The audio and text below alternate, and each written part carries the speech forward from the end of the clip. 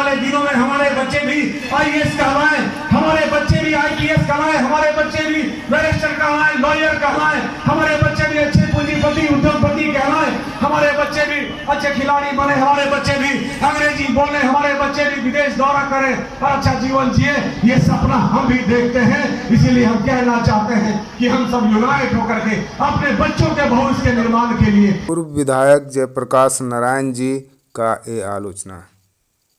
इंकलाब जिंदाबाद, पिछड़ा वर्ग संघर्ष मोर्चा जिंदाबाद, पिछड़ा वर्ग संघर्ष मोर्चा जिंदाबाद।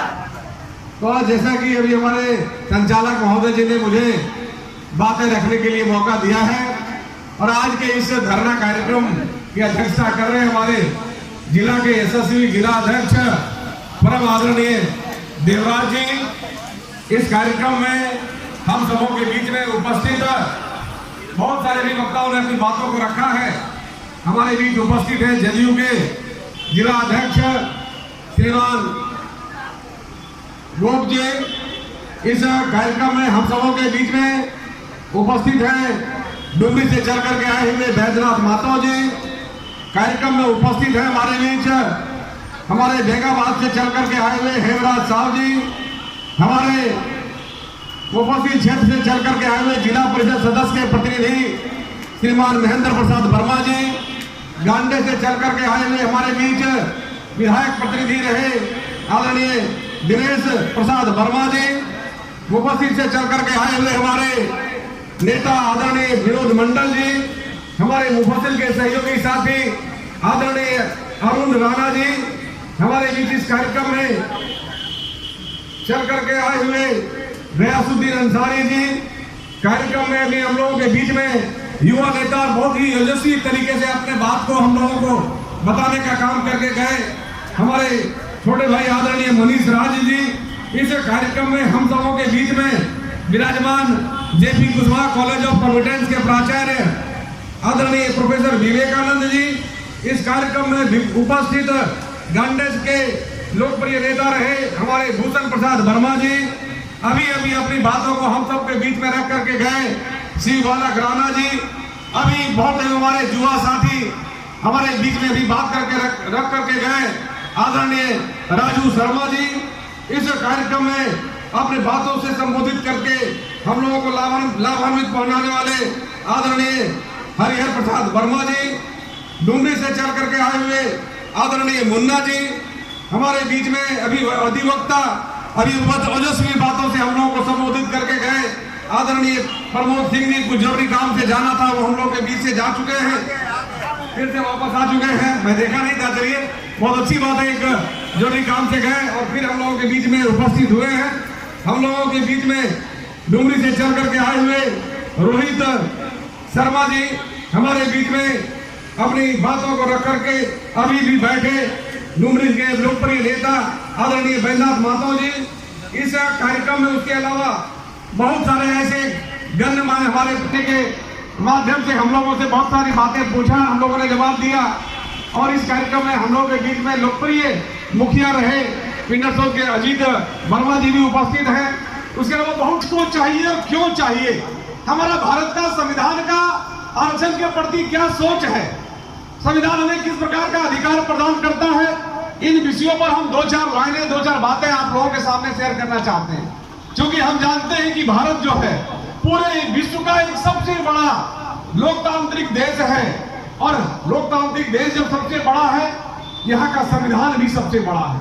हमारे संविधान हमें हर प्रकार के शक्तियां प्रदान करता है। हमारा संविधान हमें कानून के दायरे को बताता है। हमारा संविधान हमें मौलिक अधिकार प्रदान करता है।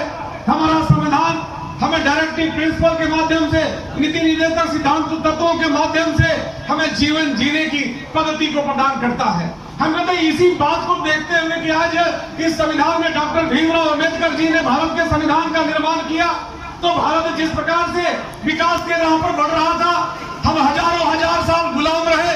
कभी इस देश को गुलाम करने के लिए मुगलों ने लंबा समय तक शासन इस देश पर किया, कभी इस देश को गुलामी का जंजीर जकड़ करके अंग्रेजों ने हमारा शोषण किया और तमाम कारणों से भारत बहुत पिछड़ गया और भारत के तमाम जो लोग रहने वाले लोग थे वो भारी विपत्ति में फंस गए। हमारे लोगों के पास सही ढंग से भोजन करने की व्यवस्था हमारे पास नहीं रही और इसीलिए हमारे देश में कुछ लोग गरीब हो गए, कुछ लोग अमीर हो गए।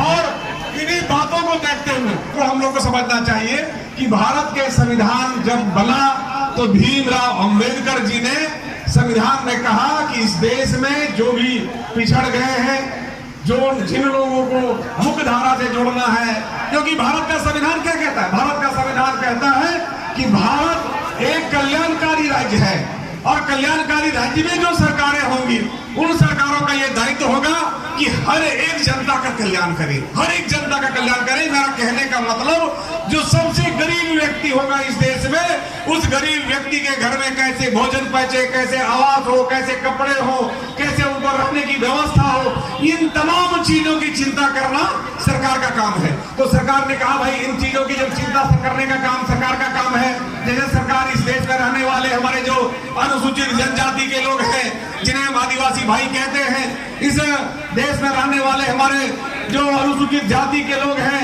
जिन्हें हम अनुसूचित जाति के लोग कहते हैं, ये लोग, उसके अलावा जो इस देश में रहने वाले जो पिछड़ी जाति के लोग हैं, जो ओबीसी लोग अंग्रेजी की भाषा में कहते हैं, तो ये सारे लोग जिसकी हम चर्चा कर रहे हैं, हम कह रहे हैं अगर हम अंग्रेजी में बात करें तो schedule tribes, schedule caste, OBC, ये सारे लोग जो हैं बहुत ही गरीब है, बहुत ही पिछड़े हैं और इनको इस देश के मुख्य धारा में लाना है, इनको सामाजिक न्याय स्थापित इनके बीच में करना है, इनको भी जीवन जीने के लिए संसाधन मुहैया कराना है। तो इसी के लिए भारत के संविधान ने पिछड़ों के लिए नौकरियों में जो भारत सरकार की जो नौकरियां निकलती है, जो राज्य के अंदर जो विभिन्न राज्य हैं, उन राज्यों में जो नौकरियां होती है, उन नौकरियों में आरक्षण देंगे ताकि अगर एक परिवार से अगर एक व्यक्ति को नौकरी मिलता है, गरीब व्यक्ति को, तो पूरे परिवार को पढ़ने का मौका मिलेगा, पूरे परिवार को आगे बढ़ने का मौका मिलेगा। इसी प्रकार से ये बातें संविधान के अंदर कही हुई है, हम संविधान से बाहर की बातें नहीं करते हैं। अगर हम आरक्षण मांगने के लिए आए हैं तो भारत का जो संविधान कहता है, भारत का संविधान जो हमें देता है, हम उन्हीं चीज को लेने के लिए आए हैं। दोस्तों मैं कहना चाहता हूं, जब हमने इसलिए ये पृष्ठभूमि आपको कहना चाहा कि हम क्यों आरक्षण मांगते हैं, मैं ये बातें आप लोगों को इसलिए मैं बताता हूं। अभी कुछ लोगों से टेलीफोन से हमारी बातें हो रही थी, जब लोगों को लेटर गया था, सूचना गया था कि आप लोगों को आरक्षण के आंदोलनों में, धरना में आना है, तो लोग कहते थे कि मुझे आंदोलन में आने में, धरना में, आरक्षण मांगने में शर्म आता है। मैं वैसे लोगों के लिए इन बातों को कह रहा था कि भैया संविधान निर्माता ने हमें अधिकार दिया है कि हमें आरक्षण मिलना चाहिए, आरक्षण के हम हकदार हैं। और आप आरक्षण मांगने से जब नहीं मिल रहा है, जो सरकारें बैठी हुई है, आज दिल्ली में जो सरकार बैठी हुई है, आज झारखंड में जो सरकार बैठी हुई है, अगर वो आज हमारे बारे में नहीं सोचती है तो आपको आगे आना पड़ेगा। आप और हम जानते हैं कि जब बच्चा रोता नहीं है तो उनकी अपनी माता जिसका दायित्व होता है उसका लालन पालन करने का, वो भी उसे दूध नहीं पिलाती है।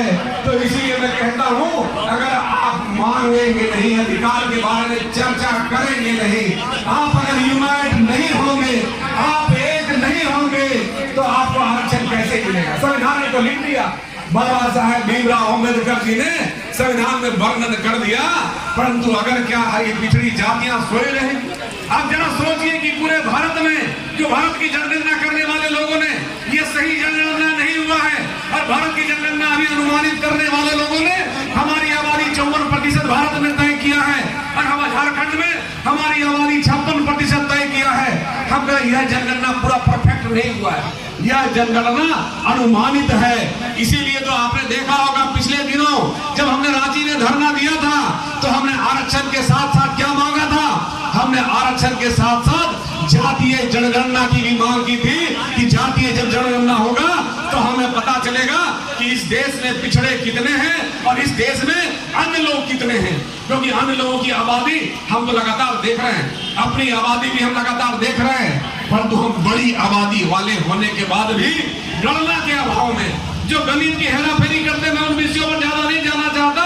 जिस प्रकार से भी हमारे राजू राणा जी ने एक एक बात को पूरे साफ साफ शब्दों में, पूरे पारदर्शी नजरिए से कहने का काम किया है, मैं उन बातों को फिर से दोहराना नहीं चाहता, परंतु मैं कहना चाहता हूं कि हम सबको इन विषयों को जानने की आवश्यकता है, हम सबको सजग होने की आवश्यकता है, हम सबको जागरूक होने की आवश्यकता है, हम सबको यूनाइट होने की आवश्यकता है। हम सब जब तक एकता में के सूत्र में नहीं बनेंगे, आज जानते राजनीति का दौर है और राजनीति के दौर में राजनीतिक पार्टियां तरह तरह का लुभावना बात बोल करके हमारे पूरे पिछड़े समाज को तोड़ने का काम करती है।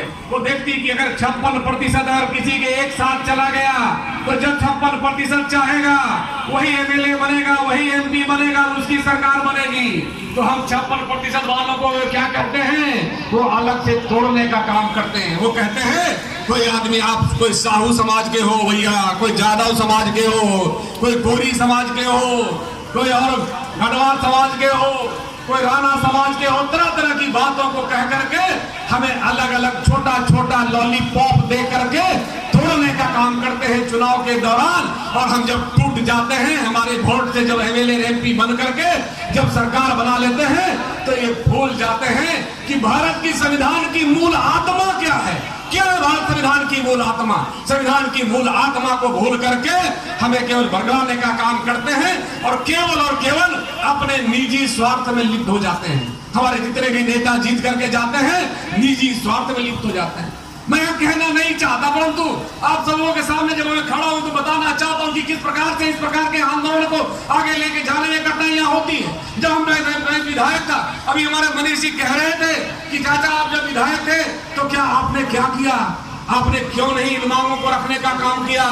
अगर सच्चे अर्थों में मैं बताना चाहता हूं आप लोगों को, मैंने विधायक रहते हुए विधानसभा में भी प्रश्न किया था कि हमको पिछड़ों को आरक्षण यहाँ पर मिलना चाहिए। पूरे देश में पिछड़ों को 27% आरक्षण मिल रहा है, बिहार में 34% आरक्षण मिल रहा है, तमिलनाडु में 52% आरक्षण मिल रहा है, उड़ीसा में 33% आरक्षण मिल रहा है, तो झारखंड में 14% क्यों मिल रहा है? और झारखंड में 14% मिल रहा है तो जानते कहां मिल रहा है? मात्र और मात्र 11 जिला में मिल रहा है। जो गैर अनुसूचित जिले झारखंड के हैं उस 11 जिला में मिल रहा है। और झारखंड के 13 जिला में, सुन लीजिए कान खोल करके, झारखंड के 13 जिला में पिछड़ों को आरक्षण कहीं 2% मिलता है, कहीं 3 मिलता है, कुछ जिले में तो 0% आरक्षण मिलता है। आप समझ लीजिए कि आपका भविष्य क्या होगा। ये नौकरियां कौन ले जा रहे हैं? आप कहां रह जा रहे हैं? आप नहीं नौकरियां ले पा रहे हैं क्योंकि आपने कभी जानने की कोशिश नहीं की, आपने कभी इसको मांगने की कोशिश नहीं की। अगर कोई मांगने के लिए आगे आया तो आप उसका साथ देने की कोशिश नहीं किया। मैं वही कह रहा था कि जब हम लोगों को लालचंद माधव जी ने आमंत्रण दिया, हम लोग उनके कार्यक्रमों में गए, 6-7 साल पहले उनके कार्यक्रमों में गए और वहां पर केवल उन्होंने मुझसे मदद नहीं मांगा। लालचंद माधव जी प्रदेश का अध्यक्ष हैं। लालचंद माधव जी ने कहा कि भैया जितने भी ओबीसी के विधायक हैं, जितने भी ओबीसी के सांसद हैं, सभी लोग यूनाइट होकर के इसको हम लोग सरकार को लिख करके देंगे, सरकार के सामने धरना पर बैठेंगे तो सरकार हमारी बातें मानेगी। परंतु हमारे अपने जो इसको हम कहते हैं पिछड़ा, हमारे एमएलए बन गए, एमपी बन गए, किसी ने साथ नहीं दिया। हम जाने लगे दिल्ली, ये सच्ची घटना, हम जाने लगे दिल्ली। हमने बहुत सारे पिछड़े जाति के विधायकों से हम लोगों ने बात किया, लालचंद बाबू ने बात किया, और जब जाने लगे तो पहले तो लोगों ने कहा कि हाँ हाँ जाएंगे जाएंगे, परंतु जाने लगे तो देखे कि ट्रेन में जब हम स्टेशन पर पहुंचे तो केवल वहां लालचंद बाबू और केवल मैं दिखाई पड़ा। हम लोग दिल्ली चले गए, हमारे साथ 7-8 और लोग गए। हम लोग दिल्ली गए और दिल्ली में हम लोगों ने उस समय जो बड़े नेता थे, भारतीय जनता पार्टी के मंत्री थे, उन तमाम लोगों से हम लोगों ने बात किया। हम लोगों ने राजनाथ सिंह जी से बात किया, हम लोगों ने पीयूष गोयल जी से बात किया, हम लोगों ने गहलोत जी से बात किया जो सामाजिक कल्याण मंत्री थे। हम लोगों ने भारतीय जनता पार्टी के राष्ट्रीय संगठन मंत्री स्वराज सिंह जी से बात किया, हम लोगों ने रामलाल जी से बात किया। हम लोगों ने सभी लोगों से बात किया और सभी को ज्ञापन दिया, पर नतीजा क्या निकला? नतीजा 0 हो गया। उसके बाद तो मैं बताना चाहता हूँ, मनीष जी सुन लीजिए, आप कान खोल के ध्यान से सुन लीजिए, किस प्रकार का काम करने से क्या होता है। हमारे जब भारतीय जनता पार्टी की एक बड़ी बैठक हो रही थी, मैं वर्तमान एमएलए था रांची में, और सभी जिला के जिला अध्यक्ष, सभी विधायक और सभी सांसद जहां पर बैठे हुए थे, हमारे अमित शाह जी बैठक ले रहे थे और मैंने उसी बैठक में खड़ा और हाथ खड़ा करके कहा कि अध्यक्ष महोदय, मैं एक बात आपसे कहना चाहता हूं। मैंने कहा कि झारखंड राज्य में पिछड़ों को मात्र 14% आरक्षण दिया जा रहा है, पूरे देश में 27% आरक्षण दिया जा रहा है, मंडल कमीशन लागू है। मंडल कमीशन ने कहा था, रिपोर्ट पेश किया था कि पूरे देश में अध्ययन के बाद जो श्रेणी के बाद जो निकला था कि पिछड़ों को 27% आरक्षण देना चाहिए, पूरे देश में 27% आरक्षण दिया जा रहा है। मैंने अमित शाह जी को उसी बड़ी सभा में कहा कि पूरे देश में 27% आरक्षण है और झारखंड में मात्र 14% आरक्षण है। ऐसा अन्याय क्यों? अमित शाह जी ने कहा बैठ जाइए। उन्होंने बैठा दिया और कहा कि ये बातें यहाँ पर मत करिए। मैं कहता हूँ इसीलिए मैंने आज सभा में कह रहा हूँ, मैं आंदोलन करने के लिए निकला हूँ, आपके हक के लिए लड़ने के लिए निकला हूँ। मुझे इस बात का डर नहीं है कि कोई राजनीतिक दल मुझे टिकट नहीं देगा, मैं फिर से एमएलए बनूं या फिर से एमपी बनूं, इस चीज का मुझे डर नहीं है, इस चीज का मुझे चिंता नहीं है। मुझे इस बात का चिंता है कि हमारे पिछड़ों का अधिकार कब मिलेगा, उन्हें न्याय कब मिलेगा, और जो संविधान हमें देता है वो हम कब पा सकेंगे। मुझे इस बात का दर्द है, इस बात की चिंता है। और आप लोगों ने यह भी देखा होगा, मेरे इसी लड़ाई के कारण जब भारतीय जनता पार्टी ने टिकट का सूची जारी किया था विधानसभा का, तो मेरा टिकट पेंडिंग हो गया था। मैं कोई भ्रष्टाचारी नहीं था, मैं कोई शराबी नहीं था, मैं कोठा में जाने वाला व्यक्ति नहीं था। मैंने पूरे 5 साल किसी से 1 रुपया कमीशन नहीं लिया, घूस नहीं लिया, मैंने ईमानदारी से काम किया। तो मेरा टिकट आखिर पेंडिंग क्यों हुआ था, ये सोचने का विषय है। मेरा टिकट पेंडिंग इसलिए हुआ था कि मेरे सीने में अगर कोई दिल धड़कता है तो वो पिछड़ों के मान के धड़कता है, पिछड़ों के न्याय अधिकार के धड़कता है।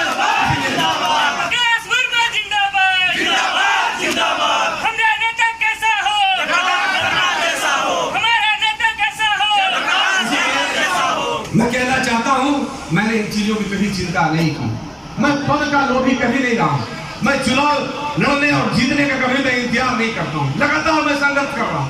आज मैं अगर 51 वर्ष का व्यक्ति हूं तो आप समझ लीजिए कि इस पूरे कालखंड में हमने पढ़ाई का जो समय दिया, उस काल में भी मैं जो देखता था, हमारे पिताजी जनता की सेवा में लगे रहते थे और वहां भी मैं छुट्टियों में आता था तो लोगों की सेवा में लगा रहता था। और आज आप लोगों की सेवा में मैं लगा हुआ हूं। और निश्चित रूप से जब इस लड़ाई की जिम्मेवारी हम लोगों ने उठाई है तो हम लोग आने वाले दिनों में, आज पंचायत का चुनाव सामने आ चुका है, हमारे सारे लोग पंचायत चुनाव में जाएंगे और पंचायत चुनाव में सब लोग अच्छे तालमेल के साथ आप लोग चुनाव लड़ें और चुनाव में अधिक से अधिक संख्या में जीत के आए।